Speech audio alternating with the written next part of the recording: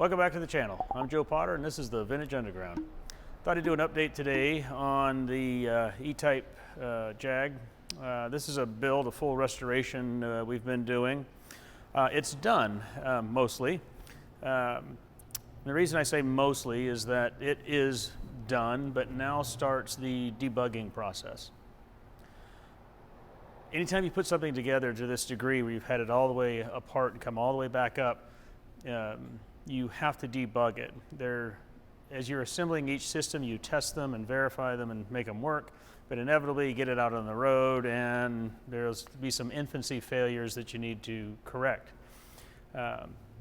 Most failures on an assembled car that we have found over time happen in the first 200 miles, 90-something% of them, and so we don't send them out. We put that mileage on the car. Now, if the car is just going home to the owner and a process then starts of them driving the car over time, that's a good method to do that. If the car is going to go out on a tour, like a 1,000-mile hard California Melee or something like that, then we have to put that miles on it. I mean, you've got to match those miles and just take it to that level. But for a standard build, this is what we do. We can cover most of the infancy failures in the first couple hundred miles, so we'll drive it. We'll get it out on the road, we'll put it through its paces, test everything, wipers on, functions top down, just over and over again, making things do what they're supposed to do, heater on, that the cables control the dampers and the heater valve comes on and the fan comes on, and all that kind of stuff. Sometimes you miss little things coming up in the build, and if you push yourself through testing every aspect of the car, you'll find them. And it's amazing how many little things come up in the first 200 miles of just little things that need to be taken care of. Some of those are electrical, some of them are mechanical, some of them are aesthetic.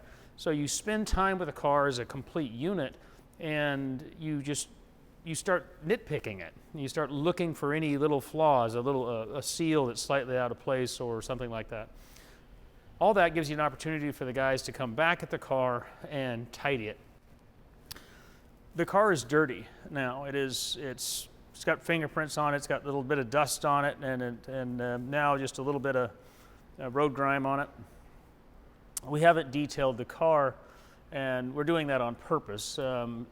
During this process of putting the miles on it and getting it sorted, we're up underneath the bonnet, we're doing things, and if we detailed the car for presentation and then tried to do all that stuff, we would lose all the value of that detail. So it's really only after we get done completely, we're happy, we're satisfied that it's doing what it's supposed to do, will we detail the car and send it home. Another aspect of these cars, putting them on the road, is an engine. And when we build engines, we will either run them on a run stand or run them on a dyno, on an engine dyno. The difference being, if it's a standard production engine with all stock components, we'll just run it on the engine stand because that's a known entity. If it's anything that's been changed, so it's got more cam in it and thus more compression and whatnot, there's some modifications, we'll run it on the engine dyno because you have entered into unknown territory and you have to get it sorted and make sure the engine can't hurt itself. So we run them before they ever get into the car. That doesn't really settle it when it comes to how it responds as a machine on the road.